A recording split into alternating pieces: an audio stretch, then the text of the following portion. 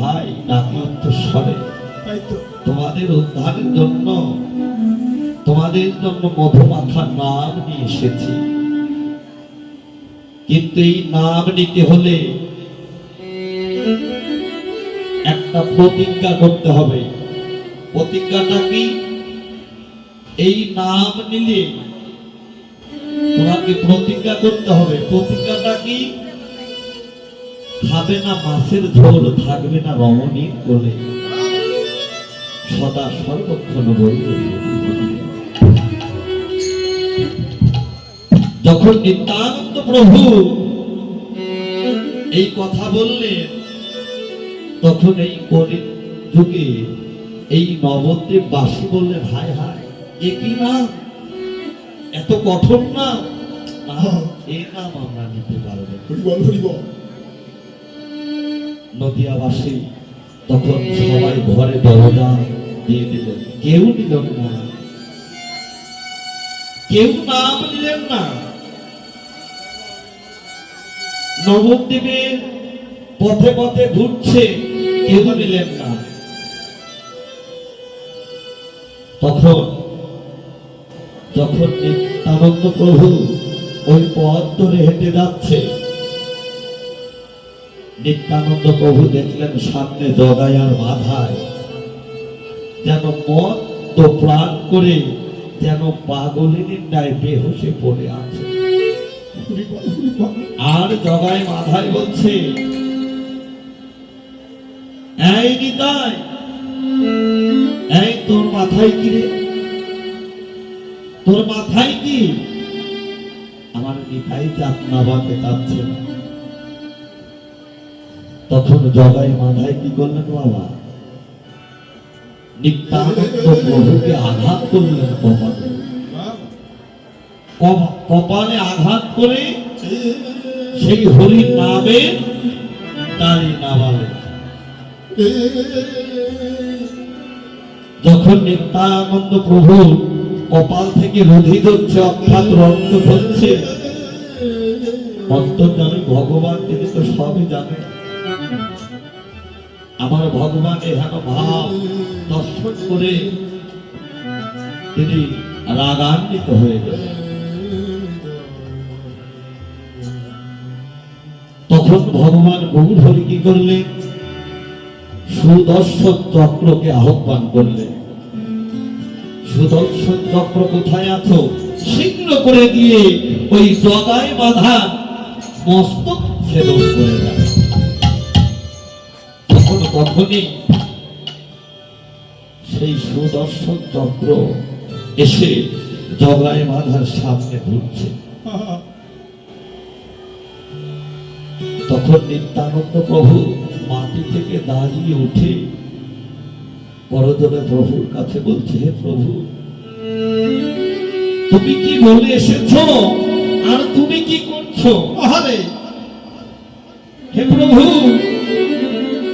তুমি তিনটি যুগে তোমাকে পেতে হলে সাধনা করতে হতো, যজ্ঞ করতে হতো, ধ্যান করতে হতো। যে পথে আনেনি তাকে তুমি অস্ত্র দিয়ে মারধর দিয়ে পথে এনেছো। কিন্তু এই যুগে তুমি কি বলে এসেছো আর কি করছো? নাহি অস্ত্র, নাহি মারধর, শুধু একমাত্র প্রেম। হরিনামার প্রেম দিয়ে আমি এই জগৎ দেবকে উদ্ধার। প্রভু, তুমি কি করছো? তখন ভগবান গৌর হরি সুদর্শন চক্রকে ফিরাই নিলেন। তুমি তিন বাচ্চা পূর্ণ করবার লাগি তুমি এই নদিয়ায় অবতীর্ণ হয়েছ। রাধা প্রেমের চমৎকারিতা কি, রাধা প্রেমটা কি। আর এই জগতের ভক্তবৃন্দ আমার নাম করে কাঁদে, আমায় ডাকে। তুমি নিজে বলেছ আমি নিজে জগতের বুকে ভক্ত হয়ে যাব, রাধার ঋণ শুধিবার লাগি আমি জগতে যাব। তাই তো। রাধা বলে বলি দেব, রাধা প্রেমটা কি? আমি নিজে কাঁদবো, জগৎকে কাঁদাবো। তুমি বলে এসেছো যে আমি যদি না কাঁদি জগৎ কাঁদবে না। তাই তো। আমি যদি ভক্তের চরণ ধরায় লুটিয়ে না পড়ি, আহারে। এই দিন কোনদিন ভক্তের চরণে লোটাব।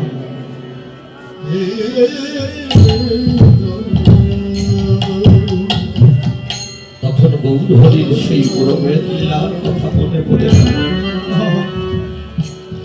দেখা গেল চক্র ফেরত দিলেন, আর জগায় মাথায় নিতাই তাদের চরণ ধরে বিনতি করছে, কেননা জগায় মাথার সেই পুরব লীলার কথা মনে পড়ে গিয়েছে।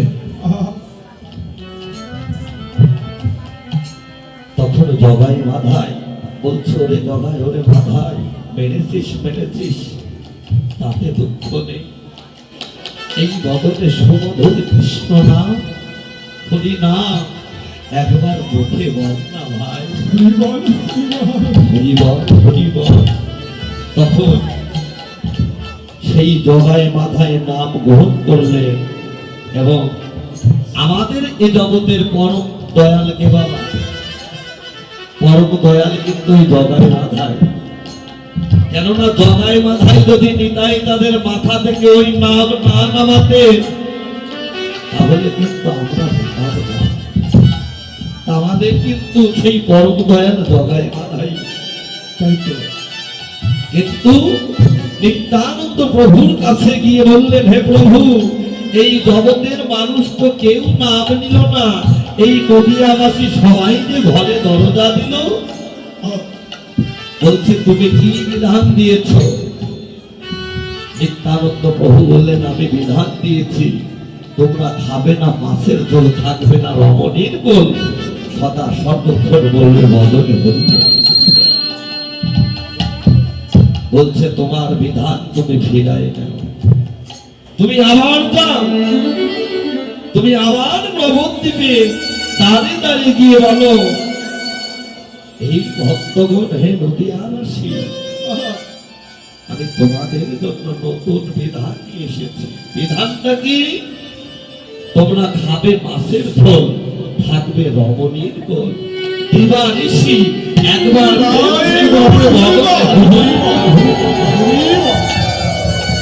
তাই তো হে সাধক বৈষ্ণব, একমাত্র বাবা এ জগতে সেই নিত্যানন্দ প্রভু নদিয়ার মাঝে নাম পেলালেন। এটাই হলো আমার গুরু, জগৎ গুরু। জীবের নিস্তার লাগি নন্দ সুত হরি, ভুবনে প্রকাশ হলো গুরু উপধরি। গুরু ধরে যেদিন গোবিন্দ ভজে, সেদিন নরক ভজে। একমাত্র বাবা সেই কলির যুগে ভগবানকে লাভ করতে হলে, এই মানব জনক ধন্য করতে হলে বাবা আমাদের সদ্গুরুর চরণে আশ্রিত হতে হবে। তার প্রমাণ নদিয়ার মাঝে আমার ভগবানের 5 জন গুরু, বৃন্দাবনেও 5 জন গুরু। কংসের অত্যাচারে যখন বৃন্দাবনে গোপাল জন্মগ্রহণ করলে, তখন গোপালকে মা দশমতী কি করেছিল? ওই নন্দালয়ে আটকে রেখেছিল, গোয়াল ঘরে। গোয়াল ঘরে গোপালকে, ভগবানকে আটকে রেখেছিল। আর মা দশমতী নন্দ মহারাজাকে ডেকে ডেকে বললেন, নন্দ মহারাজা, এই বৃন্দাবনে কংসের যে অত্যাচার, কখন যেন কার প্রাণ নাশ হয়ে যায়, কখন যেন কার প্রাণ চলে যায়। তা তুমি একবার কৃপা করে গর্গমণিকে খবর দাও, আমাদের গোপালে আমরা দীক্ষা মন্ত্র দান করি। কেননা বাবা এই জীব যদি একবার দীক্ষা শিক্ষা মন্ত্র গ্রহণ না করে মারা যায়, তার ওই দেহের কোনো গতি হয় না, কোনো গতি হয় না বাবা। যে দেহ গুরু সাধুগুরু বৈষ্ণবের সেবাই লাগে না, সেই দেহ কোনদিন গোবিন্দ সেবাই লাগে না। তাই তো নন্দ মহারাজ গর্গমণিকে খবর দিলেন। গর্গমণি এসে মা যশোদাকে বললেন, ও মা যশোদা, তুমি কি আমাকে ডেকেছ? বলছে, হ্যাঁ, আমি তোমায় ডেকেছি। তুমি একবার কৃপা করে তুমি আমার গোপালকে দীক্ষা মন্ত্র দান করো। তখন নন্দ গর্গমণি বললেন, ওমা, তাহলে তুমি মন্ত্র নিতে যা যা কিছু প্রয়োজন তুমি জোগাড় গোছাল করো। মা অন্তঃপুরে গেল জোগাড় গোছাল দিতে, দীক্ষা মন্ত্র নিতে তো অনেক কিছুই যাই হোক লাগে, মা জোগাড় করতে গেলেন। আর এই অবসর সময় গর্গমণি তিনি তো ঠিক পেয়েছে একে গোবিন্দের কাছে কর ধরে মিনতি করে দুটি নয়নের জল ছেড়ে দিয়ে বলছে, হে প্রভু, আমি যে তোমাকে মন্ত্র দান করব, কি মন্ত্র আমি তোমায় দান করব, সেই মন্ত্র আমি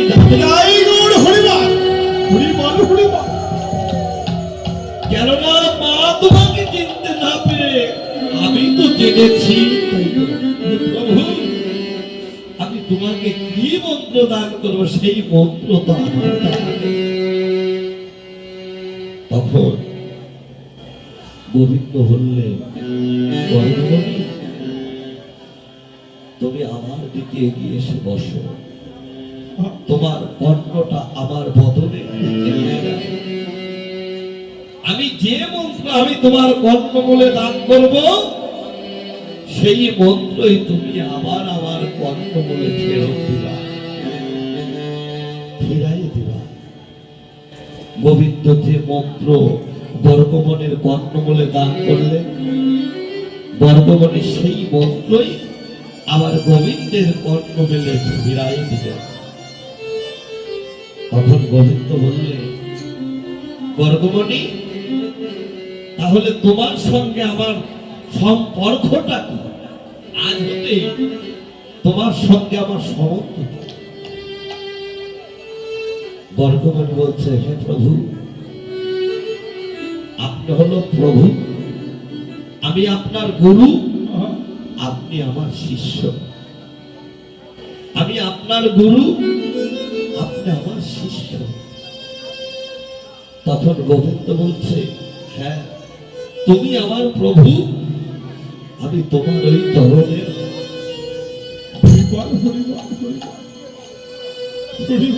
আমি তোমার চরণের দাস।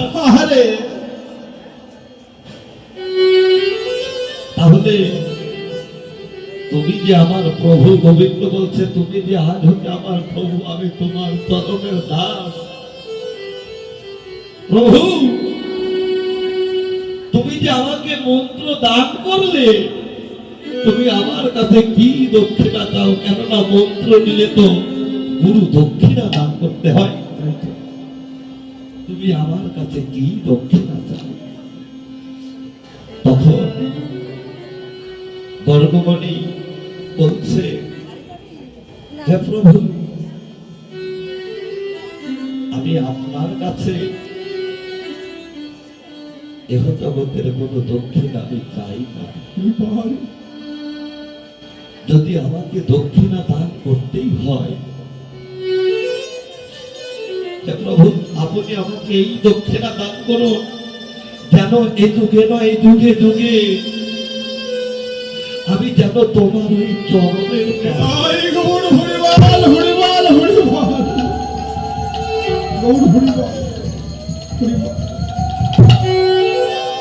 আবার যেন বারে বারে এই গর্ভ যন্ত্রণা ভোগ করতে না হয়।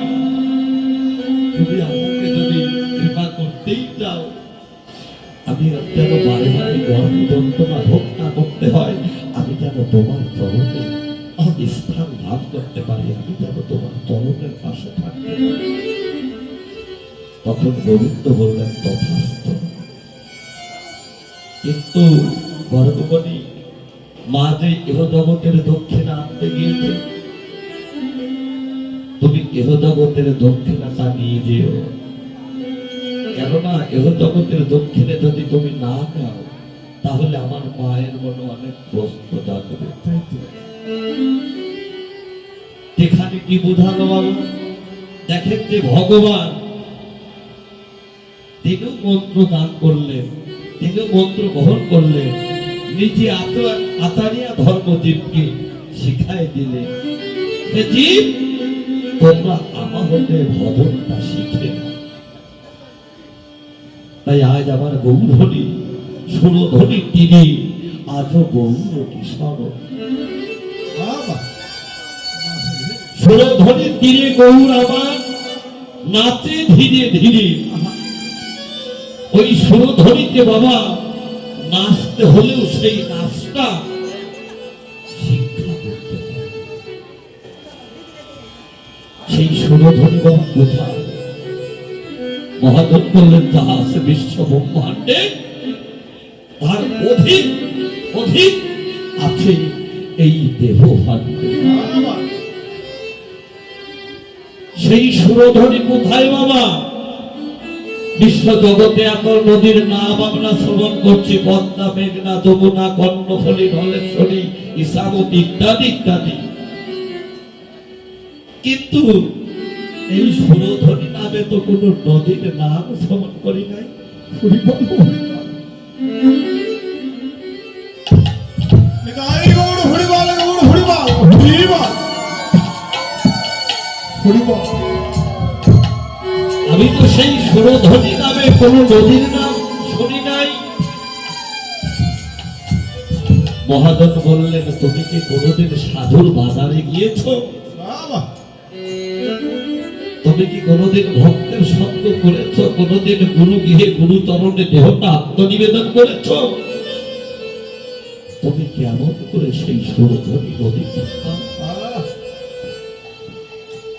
কেননা সুরধনি এ কোন সুর? হাতের সুর না গানের সুর না কোন সুর? মহাজন বললেন শুরু থেকেই যাহার ধ্বনি হয়, শুরু থেকেই যাহার ধ্বনি হয় সেই ধ্বনিটাই হলো একমাত্র হরি নামে। তাহাকেই বলা হয় সুরধ্বনি। সেই সুরধ্বনি বাবা কোথায়? সেই নদীটা দেখতে কেমন? মহাজন বললেন তেমন একটা লম্বাও নয়, তেমন একটা চওড়াও নয়। তাহলে কেমন? একটা বক্ষুরের ন্যায়। সেই নদীটা বাবা আমাদের প্রত্যেকটা জীবের মাঝে অবস্থান করছে।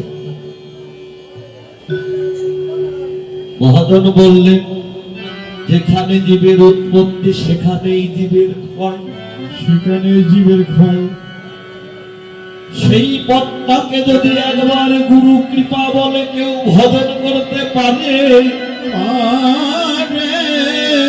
একবার সাধন করতে পারে, তার এই মন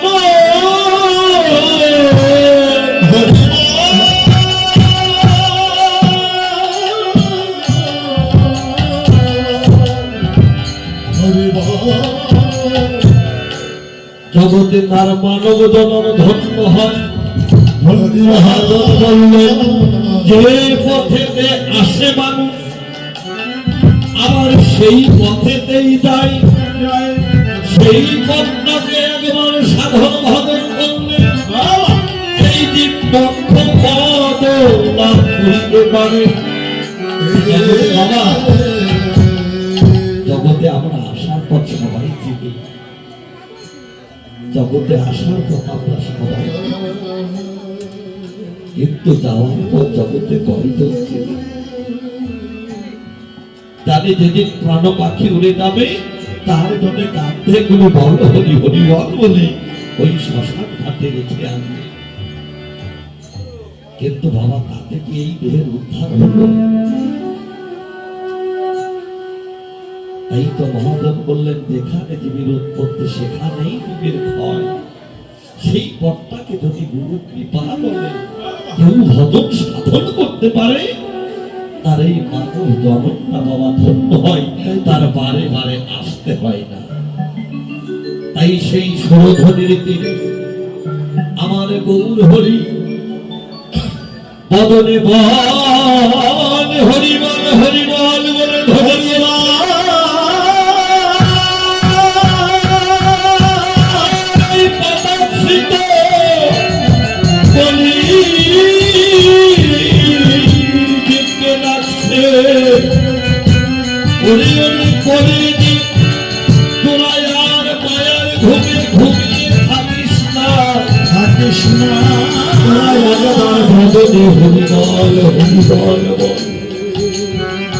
কিন্তু হে সাধুগুরু বৈষ্ণব, ওই সুরধনিতে আমি কতবার গিয়েছি আর কতবার এসেছি, কোনদিন এই বদনে হরিবল বলা ধ্বনি আমার থাকেনি।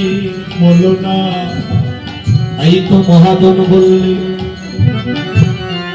সে ভাব তার তার ভাগ্যে ঘটে না। ওই সুরধনিতে যেতে হলে এই দেহে থাকা চাই ভজন, থাকা চাই ভজন, থাকা চাই সাধুগুরু বৈষ্ণবের কৃপা, তাহলেই সম্ভব। তাই তো হে সাধুগুরু বৈষ্ণব, লীলার পাশ হতে ভাবে তিনি একবারে কেঁদে কেঁদে বললেন, এ জগতে সে ভাবে তার তার ভাগ্যে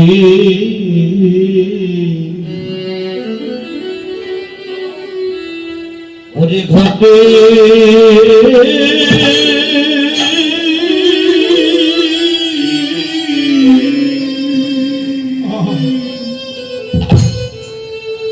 ঘটে না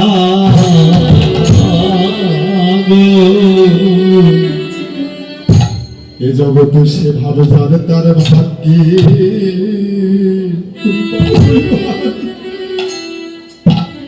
ওরে যার তার ভাগ্যে ঘটে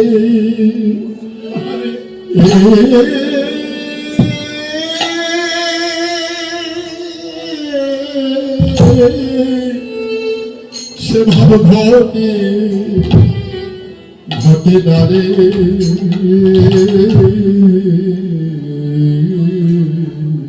জগতে গুরু কৃপা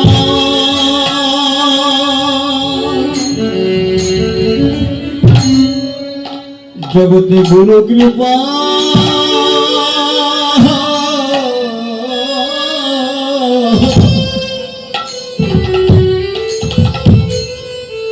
জগতে গুরু কৃপা না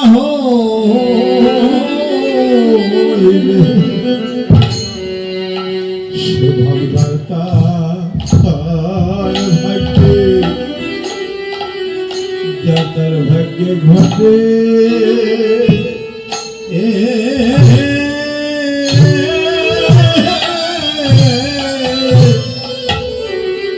ঘটে না রে।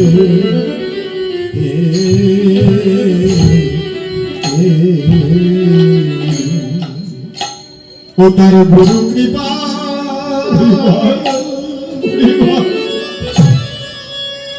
এ জগতে গুরু কৃপা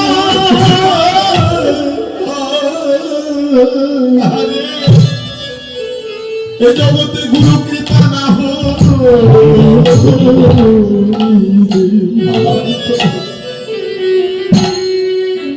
সে জগতে যার তার ভাগ্যে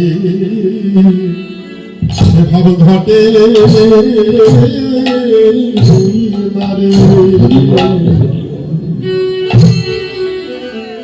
ওরে না ভক্তের সব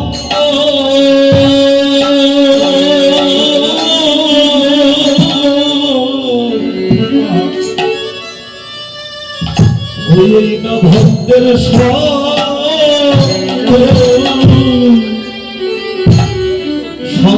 না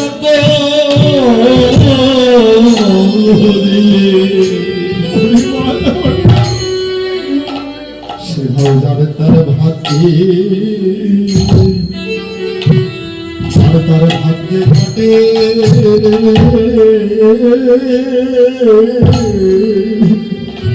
ঘটে না রে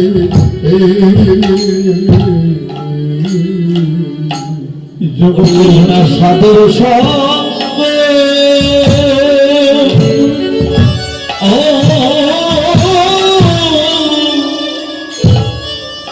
সাধুর সঙ্গ না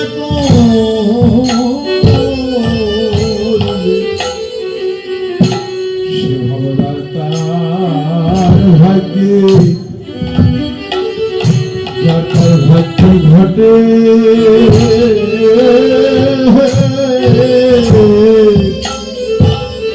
ঘটে না রে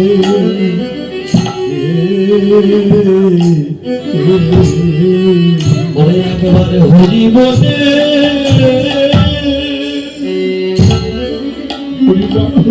এ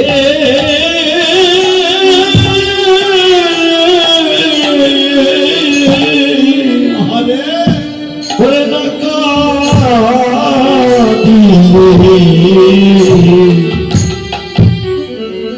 জগতে আমার গৌরের কৃপা যার তার ভাগ্যে ঘটে না গো। একবার হরি বলে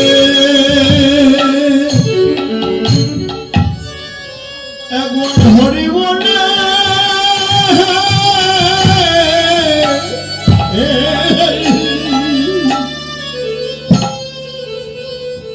হরি বলে না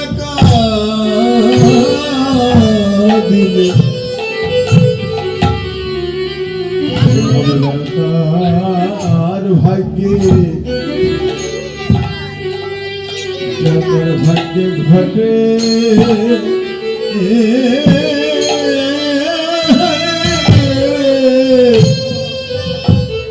ঘটে না গো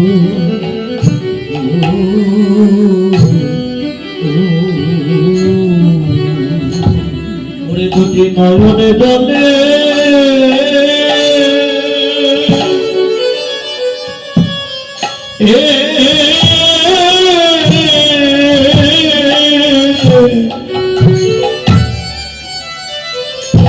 ওরে না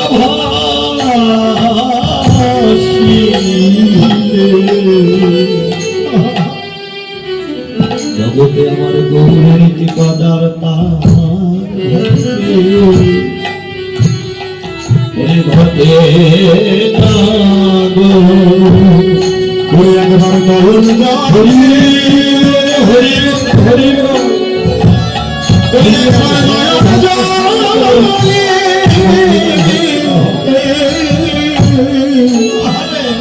নয়ন জলে না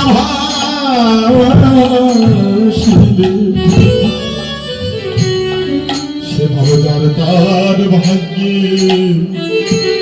যার তার ভাগ্যে ঘটে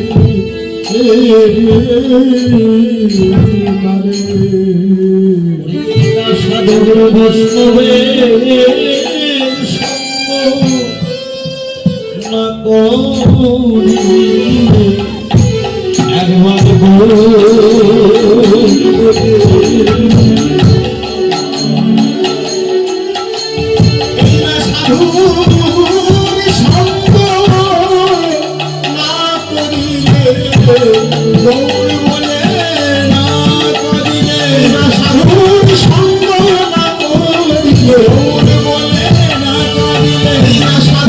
সঙ্গ না করি একবার ভাগ্যে ভাগ্যে ঘটে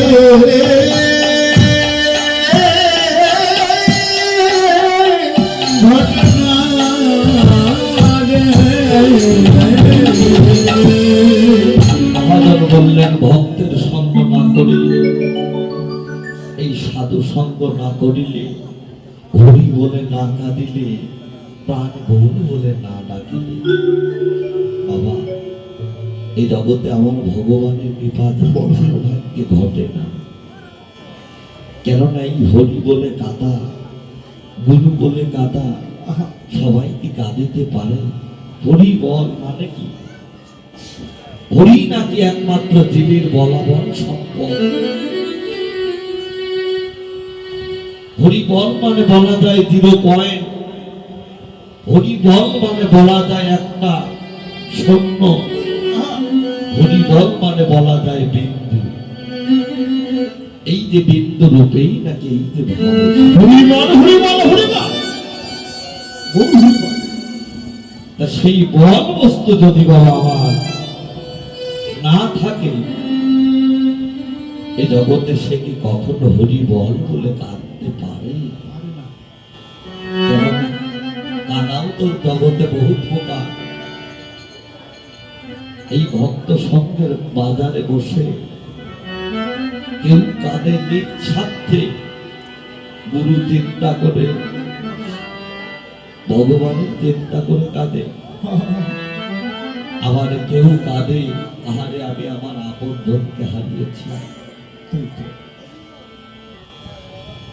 আমি আমার ভাইকে হারিয়েছি, আমি আমার স্ত্রীকে হারিয়েছি, আমি আমার সন্তানকে হারিয়েছি, আমি আমার পিতা মাতাকে হারিয়েছি। আবার দেখবেন বৃষ্টি হলেও হয় কাদা। জগতে কোন কাদা বাবা? এই তো মহাজন করলেন হরিবল বলে জগতে কেউ কাঁদিতে পারে না, সবাই কাঁদিতে পারে না। ভগবান গৌরহরি শিবাস অঙ্গনে প্রত্যেক দিন তার ভক্তবৃন্দুদেরকে সঙ্গে করে বসতেন। আমার গৌরহরি কৃষ্ণ কথা আলাপন করতেন, আর সমস্ত ভক্তরা গৌর মুখ হতে, গৌর বদন ভেবে সেই মধুর কৃষ্ণ কথা শ্রবণ করে যেন ভক্তরা নয়নজলে ভেসে যেত। তাই আমার ভগবান গৌরহরি বললে, এই ভক্তগণ প্রত্যেকদিন আমি কৃষ্ণ কথা বলি, তোমরা নয়নজলে ভেসে যাও। আজ আমার মনে বাসনা জেগেছে, আমি ভক্ত মুখে মধুর কৃষ্ণ কথা শ্রবণ করে আজ আমি দুদিন নয়নজলে ভেসে যাই। নিতাই গৌর হরিবল হরিবল গৌর হরিবল হরিবল। ভগবান গৌরহরি বললে, সনাতন সনাতন, আজ আমি তোমার বদন হতে মধুর কৃষ্ণ কথা শ্রবণ করে, তুমি একবার কৃষ্ণ কথা বলো। বাবা সনাতন কৃষ্ণ নাম করলে, কিন্তু নামে প্রেম হলো। গৌরহরি বললেন, সনাতন তুমি আবার কৃষ্ণ নাম করো। সনাতন আবার কৃষ্ণ নাম করল, তবু নামে প্রেম হলো না। কেন হলো না? চৈতন্য চরিতামৃত তার প্রমাণ দিলেন, কৃষ্ণ কথা বলিতে শুনিতে যদি না হয় প্রেমের অঙ্কুর, নিশ্চয় বুঝিবে অপরাধ আসেই দেহে থেকে। হেন কৃষ্ণ নাম যদি হয় বহুবার, তবে যদি প্রেম নহে নহে অশ্রুধা, তবে জানিবে অপরাধ তাহাতে প্রচুর, কৃষ্ণ নাম বেশ তাহাতে কোনদিন না। তিনটি বার পরীক্ষা করলে আমার গৌরহরি, কিন্তু একটি বার কৃষ্ণ নাম করা হলো। আমার ভগবান গৌরহরিকে করলে, সনাতনকে আঘাত করলে। তখন সনাতন, বাবা এ জগতে বাবা কৃষ্ণ নাম শ্রবণ করে কাঁদার লক্ষ্য কমই। কাঁদে কারা? দেখবেন যখন আপন মানুষ যখন আঘাত করে।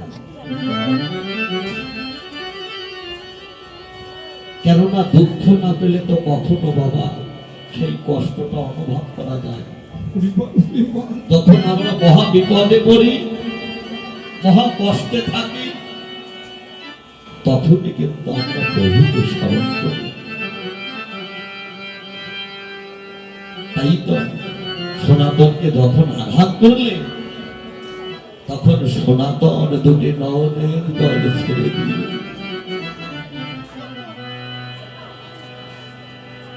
প্রভু, হে প্রভু, আপনি আমাকে আঘাত করলেন, আপনি আমাকে আঘাত করলেন, এই বলে সস্তা অঙ্কে যেন আমার গৌর চরণে পড়ে গেল। হরিবল হরিবল হরিবল। তখন গৌর চরণে পড়ে গেল, আর আমার ভগবান গৌরের চরণ ধরে বিনতি বলছে, আর কেঁদে কেঁদে বলছে, হে গৌর হরি,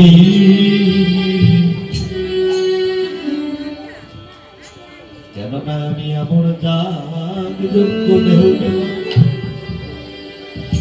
তোমার চরণ ভজন করার উপযোগী দেহ পেলাম, কেননা আমি কতবার নাম করলাম, তবু আমার কোনোদিন এই নামে প্রেম হলো না, প্রেম হলো না। এই তো হে গৌর হরি, হে গৌর হরি, হয়তো আমি কত জনমের অপরাধী, অপরাধী,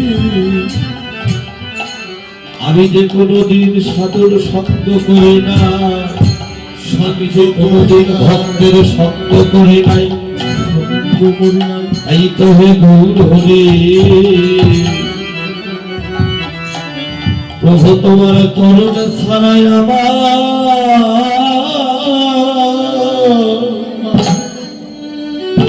হে আমায় করো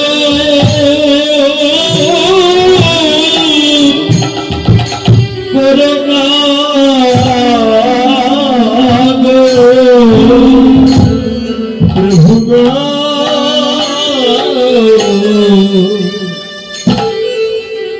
প্রভু তোমার চরণ ছাড়া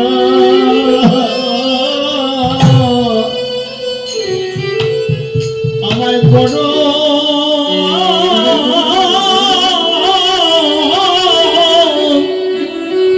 মরণ গো।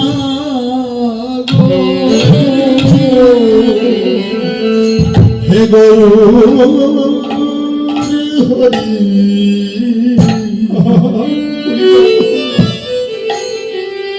প্রভু তোমার চরণ ছাড়াই আমায় করো ও আরে ওরে আমায় করো না, আমি যে কত জন্মে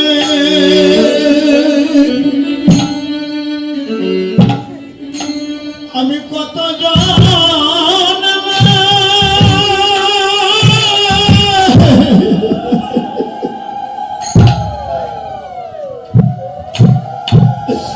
আমি হলাম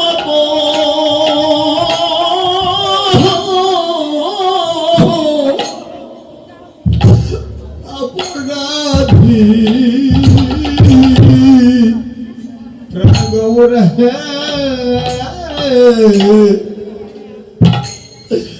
প্রভু তোমার চরণ ছাড়া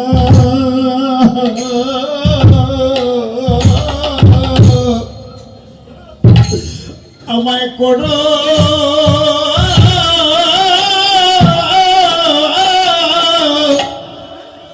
করোনা রে।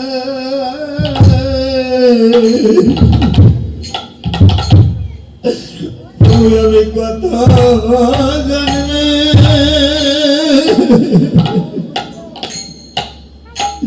প্রভু আমি কত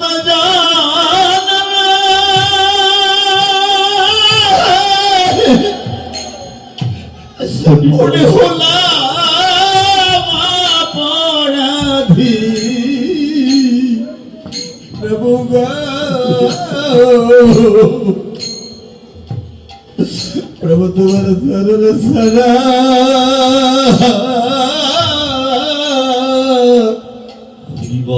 আমায় করো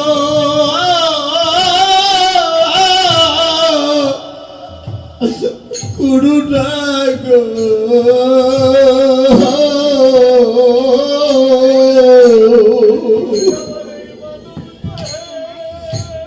আমার এই মানব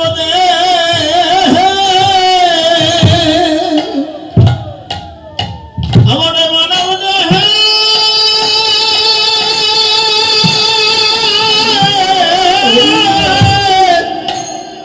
ওরে আমার প্রাণ থাকিতে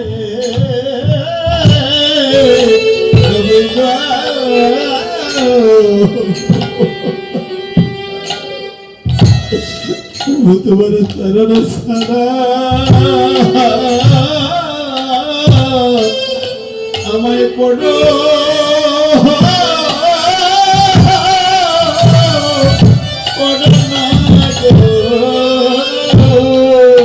আমার এই মানব দেহে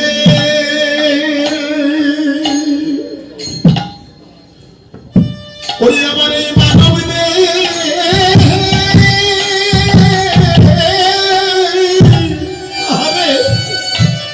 প্রাণ থাকি প্রাণ গৌরে তোমার চরণ ছাড়াই আমায় করো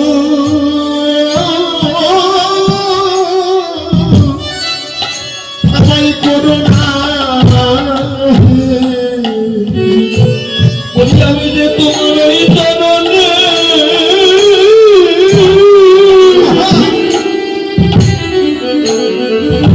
আমি যে তোমার ওই চরণে হলাম অভিলাষী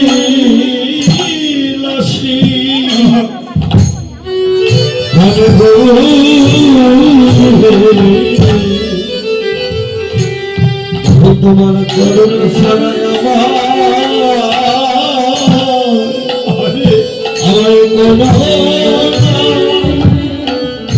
আমার ওই চরণে প্রভু তোমার ওই চরণে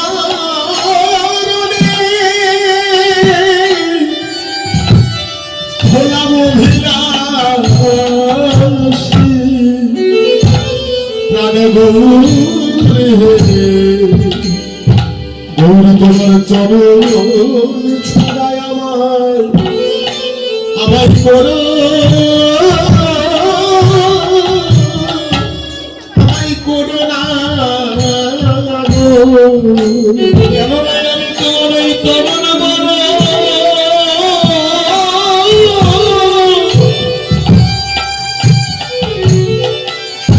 তোমার ওই চরণ বলো বড় ভালো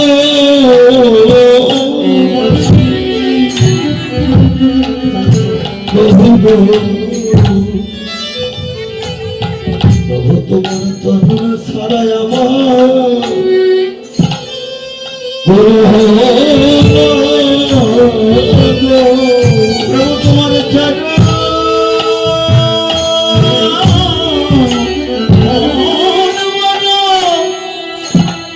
তোমার চরণ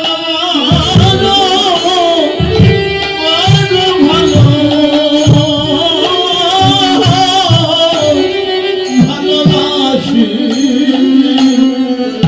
প্রাণ গৌরে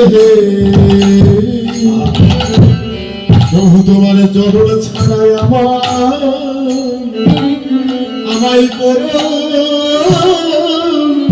করো না গো শুধু জন্মে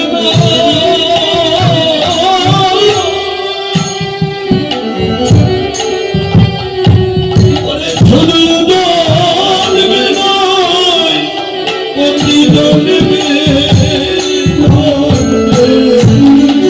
তোমার চরণ ছাড়া করো শুধু জন্মে নয় জন্মে জন্মে চরণ ছাড়াই শুধু জন্মে নয় জন্মে জন্মে শুধু জন্মে নয় জন্মে জন্মে